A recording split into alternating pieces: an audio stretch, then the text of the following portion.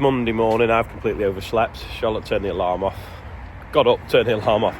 I never heard it, and because I've had this man flu cold, all my sinuses are blocked. I've only just woken up. Luckily, John rang to say there's 2 trucks here for barley. Should there be 2? Anyway, he's just loaded the first one now. The second one's behind it. That is off to Penrith, I believe. Obviously, Bullman's haulage. We've got 72 plate, the 24 plate truck. It's taken out of store 4, which is down that alleyway, so it's a bit of a pain. You have to bring it out a couple of ton at a time.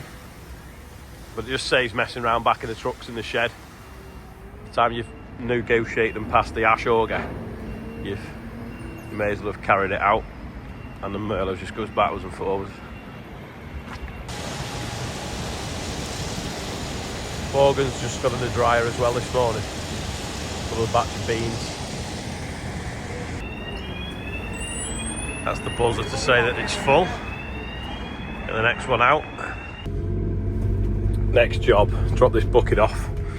Not a lot of chip left in this bay, so we'll get the drying floor empty in a minute. Can't do it with one hand. You have to press that button and roll out at the same time, you see. That's it, it's a safety feature, stop you accidentally knocking the bucket off and drop it in a wagon or on someone's head. I'll get the pallet forks on and load up the horse bedding for Charlotte. Wish he'd got it on video, my dad's face when he'd come round and saw that I was on his Merlot loading these bags. You couldn't do the wood chip before because John was loading barley, so he'd obviously gone home for a bit, and now he's come back and his Merlot, someone's on it. Anyway, we'll load this as quickly as we can. It's just rape straw bales that have been through the chipper, but it's better than shavings.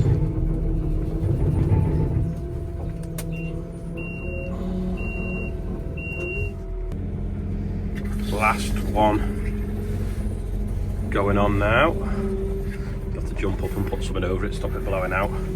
Okay, we'll tie him shut maybe.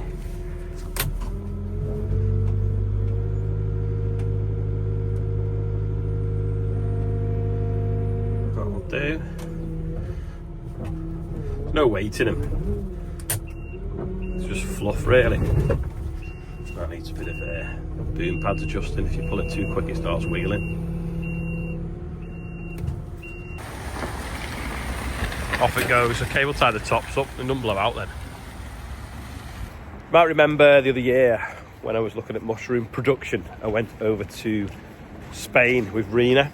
Now she's working for a company now that are importing Chinese telehandlers and cherry pickers. So they're only up the road, literally 3 miles away, and got an open day today, so we're going to go and have a look at that, and then we're going to go and pick some paint up for the office floor from one of John's mates that makes paint. So something to do on a wet, damp Monday. They're all cherry red. There's loads of them there, and then there's hundreds and hundreds of them all around the corner as well. Just the job. DMG, Sany, Zoomline, and Lincoln Group. We're the top 4. The group revenue is almost $5.3 billion US in. Have a look in the cab now, one of the telehandlers. That's good. It's got like. What are you thinking? It's comfy to hold, isn't it? Yeah, the whole lot of it is. So 75 horsepower. Kilowatt. Horsepower. Is it? 55 kilowatt. All right. This is one of the construction spec ones. And just looking, it's got a wiper on the side, which is handy, isn't it? Oh, it's locked. I think he said it's a Perkins engine in there. If you can see it. I've got hundreds and hundreds of cherry pickers here though. This is similar to what we used to have, isn't it? Our old, what was it called? JLG, not JLG. Yeah, it was JLG. So this company, the mothership, 70% of the mothership of this company is owned by Volvo. So they haven't just come from nowhere. And in 3 years, when they went into the platforms after mining equipment in China, within 3 years they were market leader. That's crazy, isn't it? But China never had a higher market for cherry pickers. So it now has, because they realised that it was a model that worked in other countries. So a few investors set up some higher fleets in China and then bought a load of these and went from zero to market leader. That's nuts. Scale as well. 200,000 machines in 3 years.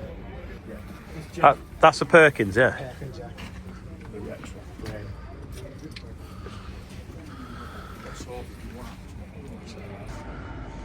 Now you might be wondering why they're all on steel wheels. Well, believe it or not, every one of these can fit in a shipping container. So they drive them in on what they call slave wheels to make them lower for fitting in. Mad, isn't it? So you probably get 2 of them in a 40-foot one. 700 machines on this site. I don't think I've ever seen this many in one place.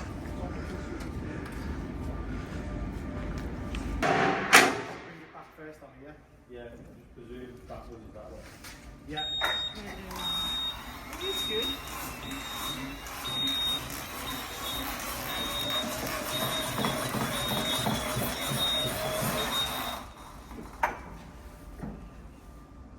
Now, which is up with the buttons. Press select the button and use your joystick then, like you did before. Oh, I see, yeah.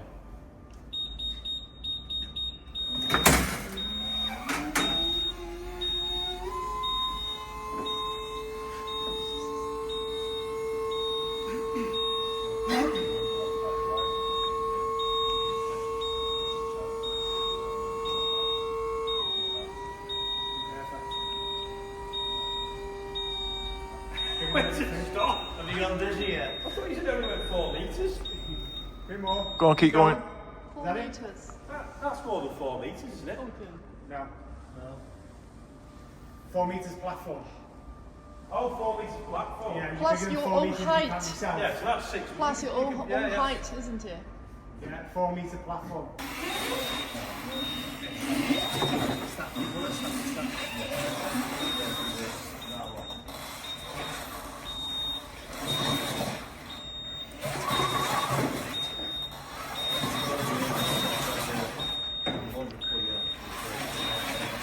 What you can do is you can have it on 240 and do it on 240 or you have it on 110 or 240. You wouldn't have an Austin Powers moment with it, would you? Stop and manoeuvre, isn't it? This is bit into the office courtyard, sorting the lights out.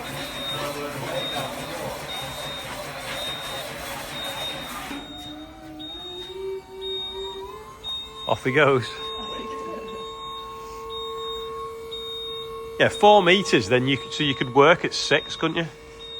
I need to start, sorry, can I just stand back a bit further and see how high it's going?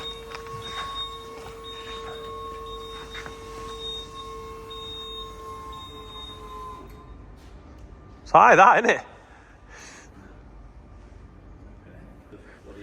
It's clever, that, isn't it?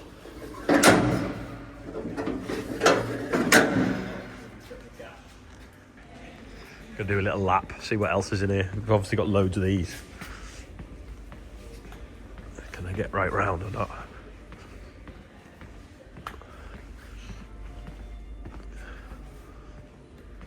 Tell you what, if I go up here, you'll see how many there are. It's like a sea of red. Cherry red. Interesting morning, got some cakes as well. Next stop now, the paint factory. If you look there, can you see the Triumph Trading Park, Dolomite Avenue, Triumph Way, the Test Road? This is an industrial estate that used to be where they built Triumph cars. Can't really see because of the window. Did anyone watch the videos working? Yeah. We're just at Marl Coatings and there's just IBCs and drums and paint and stuff of everything. But I'll show you the view in a minute when we go outside. A warehouse with a view. There's the river there. a bit misty, isn't it? Is it open this? I'll press the button. Yeah, look at that. There's a boat the other side of the river.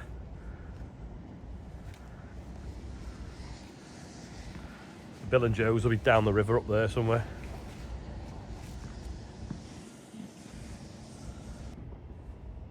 Shameless plug, go to marlcoatings.co.uk if you need any paint. Morgan's washed that and took all the lights off it, so that is now summer ready from it being winter ready. It's covered in missed a bit here. It's covered in road salt from carton straw, but looks nice and shiny now.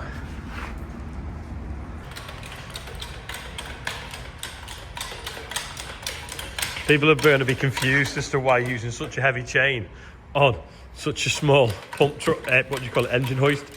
Well, it's because he's not using the chain. The chain is going to be something very trick once he's finished with it. So watch this space. Here we go to today's birthday bumper. Thomas Stamford is 31. Laura Keane is 40. Ben Frost is the big 3-0.